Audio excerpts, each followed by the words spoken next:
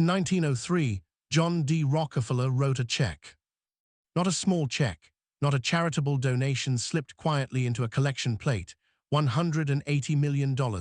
In today's money, that's over $6 billion, handed over in a single endowment to create something called the General Education Board. The official explanation was simple and clean and completely believable. Philanthropy, helping children, improving America's schools, giving the next generation a better future. That was the story they told the public. Here is what they wrote in their own internal documents. In our dreams, we have limitless resources, and the people yield themselves with perfect facility to our molding hands. We shall not try to make these people or any of their children into philosophers or men of learning or men of science. We are not to raise up from among them authors, educators, poets, or men of letters. We shall not search for embryo great artists, painters, musicians, nor lawyers, doctors, preachers, politicians, statesmen, of whom we have ample supply. The task we set before ourselves is very simple. We will organize children and teach them to do in a perfect way the things their fathers and mothers are doing in an imperfect way. Read that again slowly. The wealthiest family in American history looked at the children of this country and saw raw material. They saw a workforce to be shaped, sorted, and deployed. They weren't hiding this vision, they committed it to paper, filed it in official documents, and then proceeded to execute it with the same ruthless precision that had already made them the most powerful family on earth. Within 2 decades, they had succeeded. By 1920, nearly every public school in America was running on a Rockefeller-approved curriculum.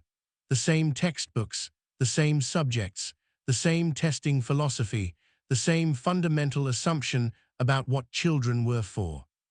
This is the story of how that happened, and why almost nobody knows it. Before 1900, American education looked almost nothing like what we know today. There was no standardized national curriculum, no federal oversight reaching into local classrooms, no mandatory attendance laws in most states. Communities controlled their own schools. Parents had direct influence over what their children were taught. Teachers responded to the values and priorities of the families they served, not to bureaucratic frameworks designed in distant offices by people who had never met their students. The curriculum itself was genuinely rigorous in ways that would shock most modern parents. Classical education, the trivium and quadrivium, was common even in rural one-room schoolhouses. Students studied logic, rhetoric, and philosophy. They learned to construct arguments and identify the flaws in someone else's. They read primary sources and debated their meaning. They were taught, explicitly and consistently, that the purpose of education was to develop a mind capable of independent thought.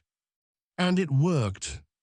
Literacy rates in early 19th century America, by some serious historical estimates, exceeded 90% among literate populations, higher than today, despite all our technology, all our funding, all our credentialed teachers and standardized assessments.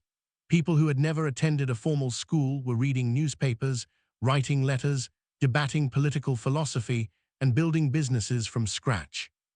Then industrialization arrived. And with it came a question that the Rockefeller family and their peers answered very deliberately, very quickly, and very much in their own favor. Factories needed workers, not entrepreneurs, not independent thinkers who might ask uncomfortable questions or refuse unreasonable conditions. Workers, people who could follow instructions without hesitation, show up on time without complaint, perform repetitive tasks without rebellion, and accept the authority of their employers as natural and legitimate. The Rockefellers saw the opportunity immediately. John D. Rockefeller hadn't built Standard Oil into the largest corporation in the world by thinking small. His method was total vertical integration. He didn't just produce oil. He controlled the wells that extracted it, the refineries that processed it, the railroads that transporting it, and the distribution networks that delivered it to consumers. At every stage of the supply chain, Rockefeller's hand was present. Nothing moved without his knowledge. Nothing happened without generating profit for him. Now imagine applying that same logic to human beings. If you could control education, not just fund a school here or a program there, but systematically shape the entire infrastructure of how children learn, and what they believe learning is for. You could control something far more valuable than oil. You could control the next generation's thinking, their values, their ambitions, their fundamental understanding of how the world works and what their place in it is. That is exactly what the General Education Board set out to do. They didn't simply donate money and step back. They engineered a system from the inside out. They funded university education departments at Columbia, Stanford, and the University of Chicago, the institutions that would train the next generation of teachers and school administrators. They bankrolled research into what they called scientific teaching methods. They created the modern teacher training programs that, in their essential structure, still exist today. They determined which textbooks got published. McGraw-Hill, Pearson, Houghton Mifflin, the publishing giants that now supply virtually every public school in America, rose to dominance with Rockefeller backing. The same books from California to Maine, the same carefully curated version of history, the same carefully selected interpretation of science, the same careful omissions. They drafted model education legislation and introduced it through sympathetic politicians in state capitals across the country. Mandatory attendance laws, curriculum requirements, teacher certification standards, all of it coordinated from the top, all of it presented as progressive reform, all of it moving in a single, deliberate direction. Frederick Gates, the chief architect of the plan, was unusually candid in private correspondence. He wrote that the goal was to produce a permanent dependent class, people content with their station in life, grateful for steady employment, and constitutionally incapable of imagining an alternative arrangement. This wasn't a conspiracy theory. This was documented policy written by the people implementing it. Think about your own experience of school. The bells that told you when to move, when to stop, when to eat, when to think.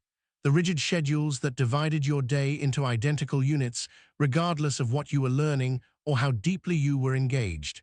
The requirement to sit still, stay quiet, and absorb information presented to you without questioning its accuracy, its relevance, or its source. The emphasis on following instructions over creative problem-solving. The grading systems that ranked you against your peers and attached a numerical value to your worth as a student. The social pressure to conform, to dress similarly, think similarly, aspire similarly. The punishment, formal or informal, for asking the wrong questions or reaching the wrong conclusions. Does that sound like an environment designed to produce independent thinkers? Or does it sound like the orientation program for a factory floor? The parallel was not accidental. The Rockefeller Foundation explicitly funded John Dewey's progressive education movement, which reframed the purpose of schooling from the cultivation of wisdom to the production of useful citizens, meaning citizens useful to the economy, meaning workers. They backed behavioral psychology research that treated human learning as a form of conditioning, stimulus, response, reward, compliance. B.F. Skinner, whose work treated human beings as programmable machines, received Rockefeller funding. His research directly influenced the classroom management techniques that teachers were trained to use. His assumptions about human nature, that people are essentially passive responders to external stimuli rather than active agents with inner lives, became embedded in the architecture of American schooling. The bells weren't a coincidence. They were a design choice. They were training you. The Rockefeller reforms didn't just change what was added to school curricula. They changed what was taken away. And what was taken away tells you more about the true purpose of the system than anything that was added. Civics education, before the reforms, taught students how government actually worked at a level of real depth and complexity. Students studied the Constitution in detail. They read the Federalist Papers and understood the arguments behind the document's specific provisions. They debated political philosophy. They were trained to understand power, how it operated, how it could be abused, how citizens could check it. After the reforms, civics became memorizing the three branches of government. Functional civic ignorance, dressed up as education. Why teach people to question authority when the goal is to produce people who obey it? Philosophy and logic disappeared from most public curricula. Before 1900, even rural schools taught students to identify logical fallacies and construct sound arguments. The ability to recognize propaganda, to spot a weak argument dressed up as a strong one, to demand evidence before accepting a claim, these were considered basic intellectual skills for a functioning citizen. They were removed. Classical history was replaced with sanitized narratives emphasizing American exceptionalism and erasing the history of labor resistance. The robber barons became captains of industry. The workers who organized, struck, and sometimes died fighting for basic rights became footnotes or disappeared entirely. Students learned to memorize dates rather than analyze patterns of power.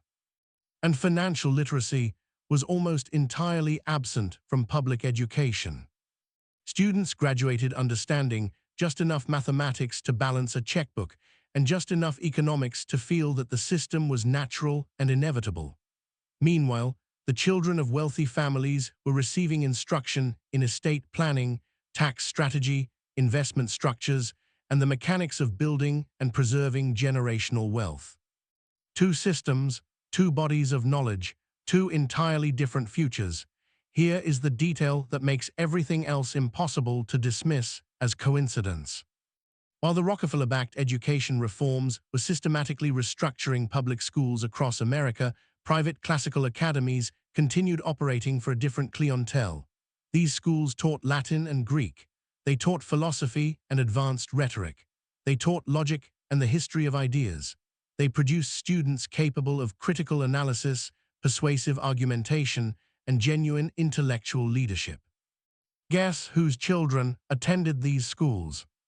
The Rockefellers, the Carnegies, the Vanderbilts, the families who were simultaneously funding and designing the public school system that everyone else's children attended.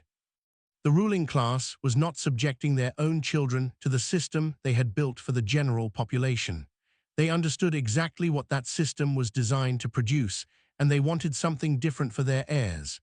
They wanted leaders, thinkers, people capable of running institutions, building enterprises, and maintaining power across generations. For everyone else's children, they wanted workers. The vocational tracking system made this division structural and systematic. Students were tested and sorted as early as middle school, assigned to college preparatory tracks or vocational paths based on assessments that, with remarkable consistency, reflected their parents' income and social class rather than any genuine measure of intellectual potential. Most students were pushed toward vocational training. A carefully selected few were groomed for higher education and positions of leadership. And the families who designed this sorting mechanism were very clear in private about what they were doing and why. They were maintaining a class structure. They were ensuring that the children of workers would become workers and the children of owners would become owners. It was social engineering. It was documented, and it worked. If this were merely a theory, the outcomes would look different. But the outcomes match the design with a precision that is very difficult to explain any other way. In 1900, nearly 40% of American workers were self-employed. They owned their labor. They controlled their economic lives. They had the skills, the knowledge, and the legal standing to build something that belonged to them. By 1950, that number had dropped to 18%. Today, it sits below 10%. Independent farming, the backbone of economic self-sufficiency for most of American history, collapsed from 41% of the workforce to less than 2% today. Communities that had sustained themselves through agricultural independence for generations became dependent on corporate employment, corporate supply chains, and corporate decisions made by people they would never meet and could never influence. The General Education Board's own internal reports measured and celebrated these outcomes. They tracked the shift from self-employment to wage employment as an indicator of success. They watched the decline of independent economic activity and considered it progress. Progress toward what? Progress toward a society in which the majority of people own nothing, controlled nothing. and depended entirely on corporations and institutions run by the families who had designed the system to produce exactly this result. That is not an accident. That is the documented, measured, celebrated outcome of a plan that was executed across decades with extraordinary consistency and discipline. Here is the part that should concern you most. This isn't history. This isn't a story about something that happened a century ago and was eventually corrected. The system the Rockefeller Foundation built in the early 1900s is, in its essential structure, the system that exists today. The same grade levels, the same subject divisions, the same standardized testing obsession that reduces the complexity of a human mind to a single number, the same bells, the same rigid schedules, the same fundamental philosophy that the purpose of education is to produce employable workers rather than thinking human beings. The technology has changed. We have computers and smart boards and digital curricula, but the underlying architecture, the assumptions, the goals, the sorting mechanisms is identical to what Frederick Gates sketched out in private correspondence in 1904. And the families running the system have simply updated their names. The Gates Foundation, the Walton Foundation, new philanthropists, new press releases, new language about equity and innovation and preparing students for the 21st century economy, but the same basic playbook. Foundation money flowing into education policy, model legislation drafted by foundation lawyers, curriculum standards shaped by people who will never send their own children to the schools those standards govern. The ruling class still sends its children to private academies charging $50,000 a year.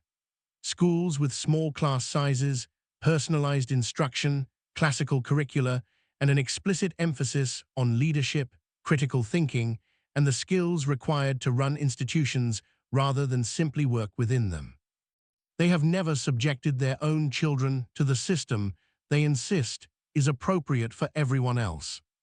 That tells you everything you need to know about what they believe the system actually does. So, what do you do with this? That's the question that matters, because understanding a system and changing your relationship to it are two completely different things, and the system was specifically designed to make the second one feel impossible. Start with the beliefs that were installed in you before you were old enough to question them. Why do you associate a college degree with intelligence rather than credential? Why do you interpret obedience as a virtue rather than a choice? Why does the idea of stepping outside the conventional educational and career path feel dangerous or irresponsible, even when you can see clearly that the conventional path was designed by people who didn't have your interests in mind? Those feelings weren't natural, they were trained. The bells trained you to move on command. The grades trained you to compete for approval rather than pursue genuine understanding. The standardized tests trained you to see yourself as a data point, a score, a resource to be evaluated and deployed. All of it was designed. None of it was accidental. But design can be recognized, and once recognized, it can be refused. Families rediscovering classical education are producing children who can think, argue, read, and reason in ways the public system no longer even attempts to teach. Homeschooled students consistently score 15 to 30 percentile points higher on the standardized tests the system uses to measure itself. They demonstrate higher college performance, higher civic engagement, and greater economic independence.